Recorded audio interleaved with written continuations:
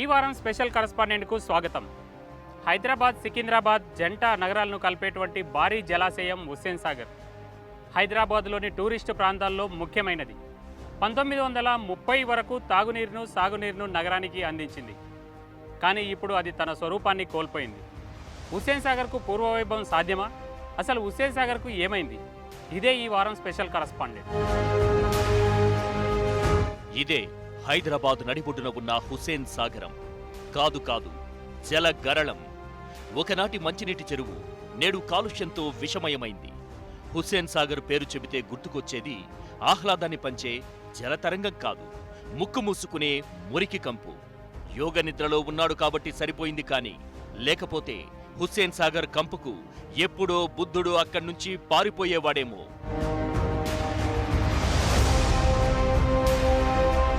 హుస్సేన్ సాగర్ చెరువు మొత్తం catchment area 240 చదరపు కిలోమీటర్లు. హుస్సేన్ సాగర్ చెరువు మొత్తం వాటర్ స్ప్రెడ్ ఏరియా 5.7 చదరపు కిలోమీటర్లు. ఫుల్ ట్యాంక్ లెవెల్లో నీరున్నప్పుడు ఇది 4.81 చదరపు కిలోమీటర్ల వైశాల్యంలో విస్తరించింది. దీని లోతు 32 అడుగులు.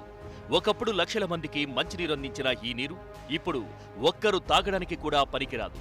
కళ్ల ముందు కనిపించే జలసిరిలో ఉన్నదంతా గరళమే.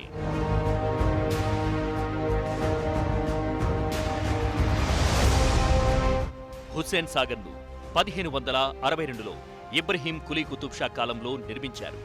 నిర్మాణాన్ని ఇబ్రహీం కులీ కుతుబ్ షా చేపట్టిన దాని నిర్మాణ పర్యవేక్షణ మాత్రం ఆయన అల్లుడు, నాటి ప్రభుత్వంలో ముఖ్యుడైన హుస్సేన్ షా వలీ చేపట్టాడు. కుతుబ్ షా ఈ సరస్సుకు ఇబ్రహీం సాగర్ అని పేరు పెట్టాలని అనుకున్నాడు. కానీ హుస్సేన్ వలీ దీని బాధ్యతలు తీసుకోవడంతో ఈ జల భాండాగారానికి హుస్సేన్ సాగర్ అనే పేరు వచ్చింది. 1568లో హుస్సేన్ సాగర్ చుట్టూ గట్టును నిర్మించారు. అదే ట్యాంక్ బండ్. ఆ రోడ్డే హైదరాబాద్ సికింద్రాబాద్ జంట నగరాలను కలుపుతుంది.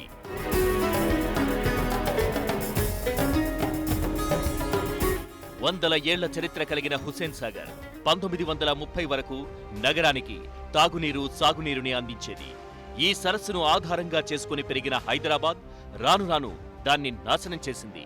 హుస్సేన్ సాగర్ పైభాగంలో విస్తరించిన జనావాసాలు, అభివృద్ధి పేరుతో వెలిసిన పరిశ్రమలు సాగర్ ముఖ చిత్రాన్ని మురికి కూపంగా మార్చేశాయి.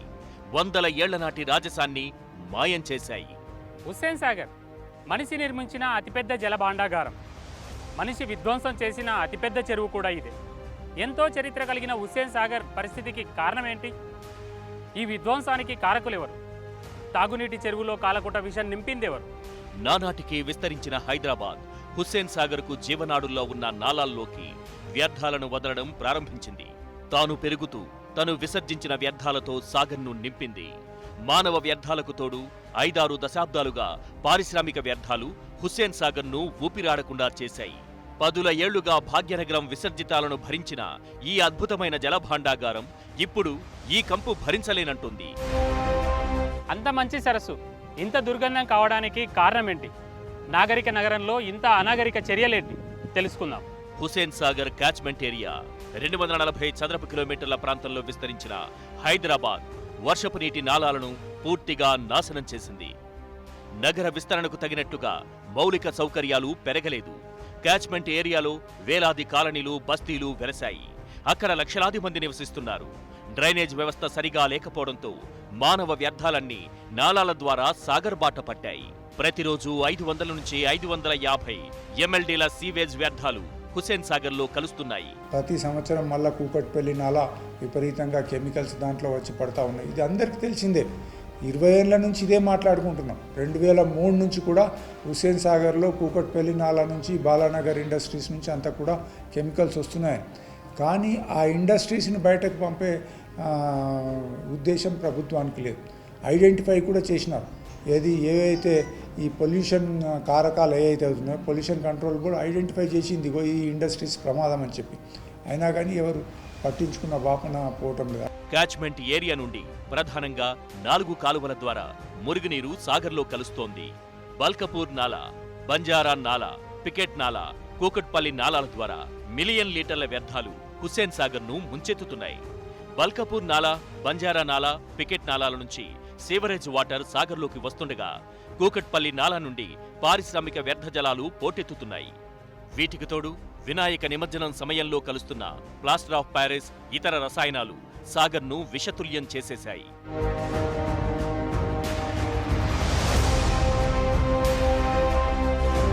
హుస్సేన్ సాగర్ నీరు ఇప్పుడు విషంతో సమానం. ముఖ్యంగా బాలానగర్, సనత్ నగర్, జీడిమెట్ల కెమికల్ కంపెనీల నుంచి వచ్చి చేరుతున్న వ్యర్థాలు నీటిలో ఆక్సిజన్ను పూర్తిగా తగ్గించేశాయి. దీంతో ఎలాంటి జలచరాలు బ్రతికేందుకు అవకాశం లేకుండా పోయింది. కంపెనీ నుండి వెలువడే వ్యర్థ రసాయనాలను ఎస్టిమేట్ ట్రీట్మెంట్ ప్లాంట్స్ ఈటీపీల ద్వారా శుద్ధి చేసిన తరువాతే వాటిని బయటకు విడుదల చేయాలి. కానీ పట్టించుకునే వారేరి? అందులో హెవీ మెటల్స్, తర్వాత మనకు బ్యాక్టీరియా. ఇప్పుడు ఇటీవల కొత్తగా వచ్చింది ఏంటంటే మన యాంటీబయాటిక్ రెసిస్టెంట్ బ్యాక్టీరియా మనకు అటు హుస్సేన్ సాగర్లో ఇటు మూసీ నదిలో కూడా స్పష్టంగా కనపడుతున్నది. ఇంకా పరిశోధనలు చేయాల్సిన అవసరం ఉంది. అంటే ఇది ఏమైందంటే హుస్సేన్ సాగర్ ఒక కాక్టైల్ అయిపోయింది. పొల్యూషన్ హుస్సేన్ సాగర్ను జీవోత్సవంలా మార్చితే సాగర్లోకి వచ్చినటువంటి కబ్జాలు దాని విస్తీర్ణాన్ని బాగా తగ్గించి వేశాయి. సాగర్కు మణిహారం అంటూ ఏర్పాటు చేసినటువంటి నెక్లెస్ రోడ్ హుస్సేన్ సాగర్ పాలిట ఉరితాడయ్యిందా అంటే అవుననే అంటున్నారు నిపుణులు. రివర్ బెడ్లోనూ బఫర్ జోన్లోనూ వచ్చిన కబ్జాలు హుస్సేన్ సాగర్ మౌలిక స్వరూపాన్ని మార్చేశాయి. రోడ్లు, రైలు మార్గాలు సాగర్ విస్తీర్ణాన్ని తగ్గించాయి. కొన్నాళ్ల క్రితం వాటర్ స్ప్రెడ్ ఏరియా 1203 ఎకరాలు ఉంటే అందులో 140 ఎకరాలు మాయమయ్యాయి. 1066 ఎకరాలు మాత్రమే మిగిలినట్లు అధికారిక లెక్కలు చెబుతున్నాయి. గత పాలకులు వేసిన నెక్లెస్ రోడ్డు కూడా హుస్సేన్ సాగర్కు ఉరిలా మారింది. చుట్టూ వచ్చిన నిర్మాణాలు, పార్కులు, ఈటరీలు చూడటానికి బాగున్నా సాగర్కు నీటి చేరికను అడ్డుకుంటున్నాయి. ఓవైపు హుస్సేన్ సాగర్ తన ఉనికిని కోల్పోతుంటే మరోవైపు పౌర సమాజం నుండి ప్రతిఘటనలు వస్తూనే ఉన్నాయి. కొందరు సాగర్ను కాపాడుకోవడానికి తమ వంతు పోరాటం చేస్తూనే ఉన్నారు. ముక్కులు బద్దలయ్యే మురుగు వాసన, విస్తరించిన తూటుకాడ, గుర్రపు డెక్క మొక్కలు, పేరుకుపోయిన పారిశ్రామిక వ్యర్థాలు అన్నీ కలిసి చెరువును మరో మూసిలా తయారు చేశాయి. ఏటా వినాయక చవితి తరువాత జరిగే వేలాది విగ్రహాల నిమజ్జనం వల్ల కూడా చెరువులో పూడిక పెరిగిపోతోంది. ఆ విగ్రహాల్లో వాడిన ప్లాస్టర్ ఆఫ్ ప్యారిస్, ఇతర రంగులు, రసాయనాలు నీటిని మరింత కలుషితం చేస్తున్నాయి. స్పెషల్ కరెస్పాండెంట్లో ఒక చిన్న బ్రేక్ తీసుకుందాం. బ్రేక్ తర్వాత తాగునీటి చెరువులో కాలకూట విషయం కలిపిందెవరు తెలుసుకుందాం. ఇంత జరిగినా ప్రభుత్వాలు ఏం పట్టించుకోలేదా? అసలు అధికారులు ఏం చేయలేదా అంటే చేశారు. 100 కోట్ల రూపాయలు హుస్సేన్ సాగర్ పేరుతో ఖర్చు చేశారు. కానీ ఫలితం మాత్రం ఇది. సాగర్ ప్రక్షాళనకు దశాబ్దాలుగా ప్రయత్నాలు జరుగుతూనే ఉన్నాయి. 1 కాదు, 2 కాదు, 100 కోట్లు నీటిపాలయ్యాయి. కానీ ఫలితం మాత్రం శూన్యం. పాలకులు హామీలివ్వడం, ఆర్భాటంగా పనులు మొదలుపెట్టడం, తరువాత వదిలేయడం మామూలైపోయింది. నీటి శుద్ధి సంగతి పక్కన పెడితే కనీసం అటు వెళ్లేవాళ్లు ముక్కు మూసుకోకుండా ఉండలేని పరిస్థితిని కూడా తప్పించలేకపోయారు. ఇన్నాళ్లు నీటి శుద్ధి అంటూ కబుర్లు చెప్పి కోట్లు పారించిన హెచ్ఎండిఏ ఇప్పుడు తమ వల్ల కాదని చేతులెత్తేసింది. సరస్సు పూర్తి ప్రక్షాళన తమ ఒక్కరి వల్ల కాదంటోంది. 1 కాదు, 2 కాదు, 450 కోట్లు హుస్సేన్ సాగర్లో మునక.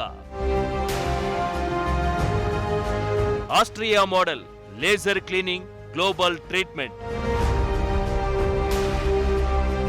రకరకాల ప్రాజెక్టులు, రకరకాల పేర్లు. పేర్లు ఘనం, హుస్సేన్ సాగర్ శుద్ధి శూన్యం. హుస్సేన్ సాగర్ ప్రక్షాళన కోసం ప్రభుత్వాలు భారీ ప్రాజెక్టులే చేపట్టాయి. సాగర్లోని మురుగును శుద్ధి చేయడంతో పాటు వ్యర్థాలను రాకుండా చేయడానికి ప్రణాళికలు రూపొందించారు.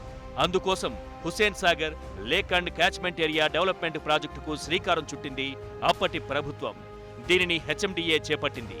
ఈ ప్రాజెక్టులో భాగంగా Japan international cooperation agency JICA నుంచి 310 కోట్ల రుణం, రాష్ట్ర ప్రభుత్వం మరో 60 కోట్లతో మొత్తం 370 కోట్లతో హుస్సేన్ సాగర్ను డెవలప్ చేయాలని నిర్ణయించారు.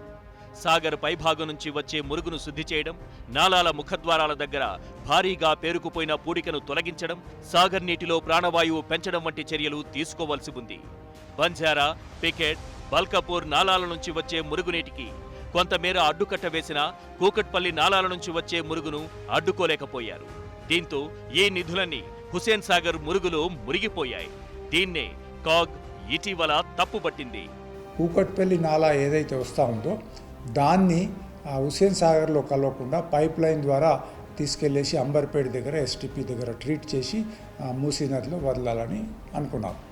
దానికి సుమారుగా ఒక 50 కోట్లు ఖర్చు అయినాయి. పైప్ లైన్ వేసినారు. అయితే వచ్చే నీళ్లకును అక్కడ కలెక్ట్ చేసే పైప్ లైన్లకు ఏం సంబంధం లేదు. అక్కడ నుంచి వచ్చే నీళ్లు ఒక 100 గ్యాలన్లు అనుకుంటే పైప్ లైన్ల కెపాసిటీ 20-30 గ్యాలన్లే ఉండటం వల్ల అది పెద్దగా లాభం కాలే. ఒక 50 కోట్లు ఖర్చు అయిపోయింది. అప్పుడు రాజకీయ నాయకులు పెద్ద స్టేట్మెంట్లు ఇచ్చినారు. హుస్సేన్ సాగర్ మొత్తం క్లీన్ అయిపోయింది, మేము కూకట్పల్లి నాలా నుంచి వచ్చే నీటిని ఒక్క చుక్క కూడా హుస్సేన్ సాగర్లో కలవకుండా బయటకు తీసుకెళ్తున్నాము. కానీ అక్కడ గ్రౌండ్ రియాలిటీ ఏంటంటే ఆ 50 కోట్లు వేస్ట్ అయినాయి, అనుకున్న పని జరగలేదు. హుస్సేన్ సాగర్లో కాలుష్యం ఈ స్థాయిలో చేరడానికి కారణం కూకట్పల్లి నాలానే. పారిశ్రామిక వ్యర్థాలను మోసుకొస్తున్న ఈ కూకట్పల్లి నాలాను మళ్లించే ప్రయత్నం చేసింది హైదరాబాద్ జలమండలి. ఇందుకోసం 50 కోట్ల రూపాయలతో కూకట్పల్లి నాలా నుంచి సంజీవయ్య పార్కు మీదుగా మ్యారియట్ హోటల్ వైపు పైప్ లైన్ వేశారు.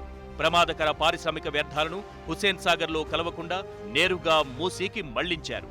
అలాగే 5.8 కోట్లతో నెక్లెస్ రోడ్లో 150 MLD సామర్థ్యంతో ఇంటర్సెప్షన్ అండ్ డైవర్షన్ నిర్మించింది హెచ్ఎండిఏ. ఇక బయో రెమిడియేషన్ నిర్వహణ పేరిట హెచ్ఎండిఏ భారీగానే ఖర్చు చేసింది. అయితే ఈ ప్రయోగం మొదట్లో కొంత ఫలితాలు వచ్చినా ఆ తరువాత పెద్దగా మార్పు కనిపించకపోవడంతో జూన్లో ఈ ఒప్పందాన్ని రద్దు చేశారు. మొత్తంగా మరో 90 నుంచి 100 కోట్ల వరకు మురుగునీటిలో పోసిన పన్నీరులా వృధా అయ్యాయి. అంటే అటు జైకా ప్రాజెక్ట్, ఇటు నాలా మళ్లింపుతో దాదాపు 450 కోట్లకు పైగా హుస్సేన్ సాగర్లో మునిగిపోయినట్లయింది. సువేజ్ పైపులు వేయడము ఎందుకు డైవర్ట్ చేయనికంట. ఓకే, రెండోది ఐఎన్డి స్ట్రక్చర్స్ అంటే ఇంటర్సెప్షన్ అండ్ డైవర్షన్ స్ట్రక్చర్స్. ఈ రెండు ఇంటర్సెప్షన్ డైవర్షన్ ఏంటి, ఒక పెద్ద గొలుసుకట్టు ఛానల్ నుంచి ఒక చెరువు నుంచి ఇంకో చెరువులోకి వస్తున్న ఛానల్లో వీళ్ళు ఇంటర్సెప్షన్ డైవర్ అంటే ఏంటి, అందులో సిమెంట్ పైపులు కానీ సిమెంట్ పెద్ద పెద్ద కట్టడాలు కట్టి డైవర్ట్ చేస్తారన్నమాట. అంటే నువ్వు వర్షం పడినప్పుడు ఆ నీళ్ళు ఏమవ్వాలి, మరి నా చెరువులోకి నీళ్ళు ఎట్లా వస్తాయి? గతంలో బెంగళూరుకు చెందిన ఒక సంస్థ ఆర్గానిక్ వ్యర్థాలతో తయారు చేసిన బుష్ బాల్స్ సాగర్లో వేయడం ద్వారా పర్యావరణ హితమైన బ్యాక్టీరియాను డెవలప్ చేసే ప్రయత్నం చేసింది. ఆ తరువాత హుస్సేన్ సాగర్ జలాల నాణ్యతను పెంచే పనులను కెనడాకు చెందిన ఒక సంస్థకు అప్పగించారు. వారు శాటిలైట్ ద్వారా తరంగాలను సాగర్ జలాల్లోకి పంపించి ఆక్సిజన్ స్థాయిలను పెంచేలా చర్యలు తీసుకున్నారు. ఇక హుస్సేన్ సాగర్ రెగ్యులర్ మెయింటెనెన్స్ కోసం హెచ్ఎండిఏ ప్రతి నెలా భారీగానే ఖర్చు చేస్తోంది. 55 MLDల మురుగునీటిని ట్రీట్ చేయడానికి ప్రతి నెల నిర్వహణ ఖర్చు కింద 25 లక్షల రూపాయలు ఖర్చు చేస్తున్నారు. సాగర్లోకి వస్తున్న చెత్తను ఎప్పటికప్పుడు తొలగించేందుకు 2.5 కోట్లతో ప్రత్యేకంగా 2 మెషీన్లు తెప్పించారు. వాటి మెయింటెనెన్స్ కోసం నెలకు 6 లక్షలు ఖర్చు చేస్తున్నారు. ఇక చెత్తను తొలగించేందుకు ఉన్న 90 మంది కార్మికులకు నెలకు 5 లక్షల వరకు చెల్లిస్తున్నారు. బయో రెమిడియేషన్ ద్వారా సాగర్ నీటిలో ఆక్సిజన్ లెవెల్స్ పెంచడానికి మరో 30 లక్షలు పోస్తున్నారు. ఇంత చేస్తున్నా ప్రయోజనం మాత్రం సున్నా. హుస్సేన్ సాగర్ను క్లీన్ చేస్తాం, నీటినంతా తోడేసి పూడిక తీసేస్తాం, మళ్ళీ మంచినీటి చెరువుగా మారుస్తాం. ప్రభుత్వ పెద్దలు చెప్పిన మాటలివి. రోజులకు రోజులు గడుస్తున్నాయి, ఏళ్లకు ఏళ్లు పూర్తవుతున్నాయి. కానీ సాగర్ పరిస్థితి మాత్రం అలాగే ఉంది.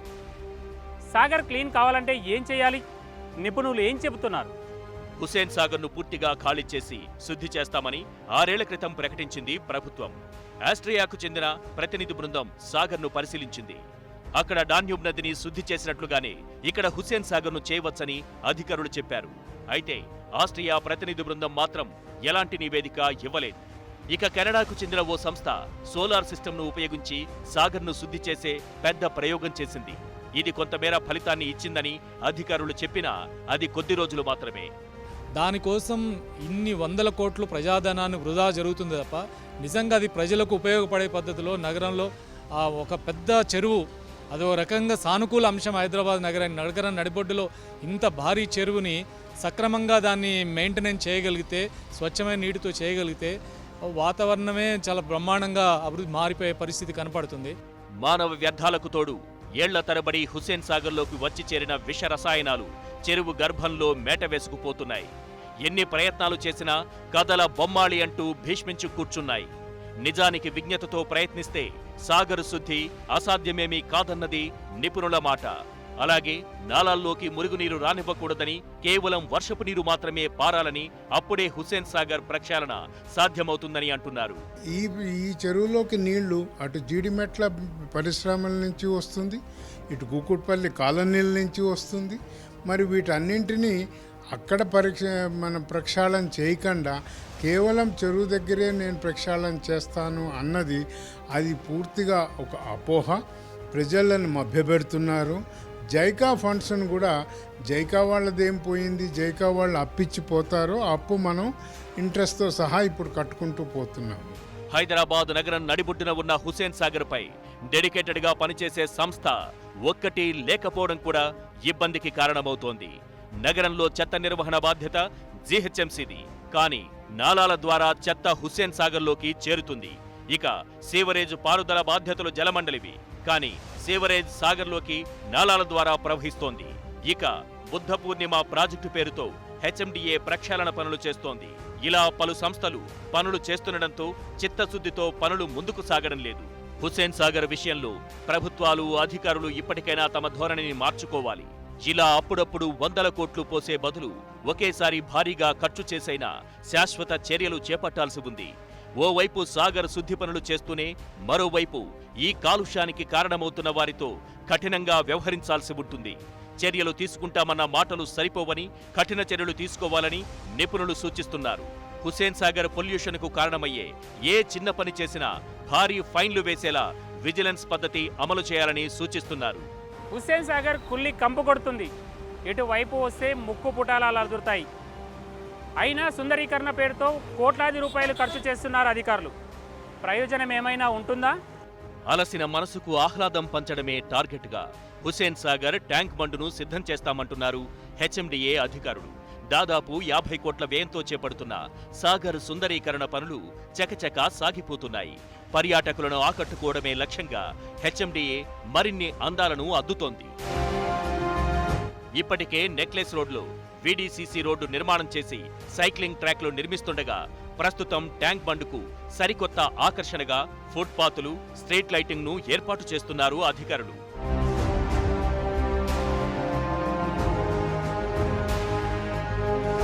ట్యాంక్ బండు పురాతన స్మృతులు గుర్తుకు వచ్చేలా ఓల్డ్ డిజైన్స్ ను కొత్త పద్ధతుల్లో అద్దుతున్నారు. హుస్సేన్ సాగర్ అందాల సరసన పర్యాటకానికి మరింత శోభ తెచ్చేలా హెచ్ఎండిఏ నైట్ బజార్ను కూడా ఏర్పాటు చేయడానికి ప్లాన్ చేస్తోంది. పురపాలక శాఖ మంత్రి కేటీఆర్ సూచనల మేరకు సంజీవయ్య పార్కు నుంచి బుద్ధ భవన్ వరకు సాగర్ తీరం వెంట ఈ నైట్ బజార్ను అభివృద్ధి చేయనున్నారు. 1300 మీటర్ల పొడవున 15 కోట్ల అంచనాలతో ఈ ప్రాజెక్టును చేపట్టనున్నారు. ఇంత ఖర్చు చేస్తున్నా కంపు భరిస్తూ జనం అక్కడికి వస్తారా అన్నదే ప్రశ్నగా మారింది.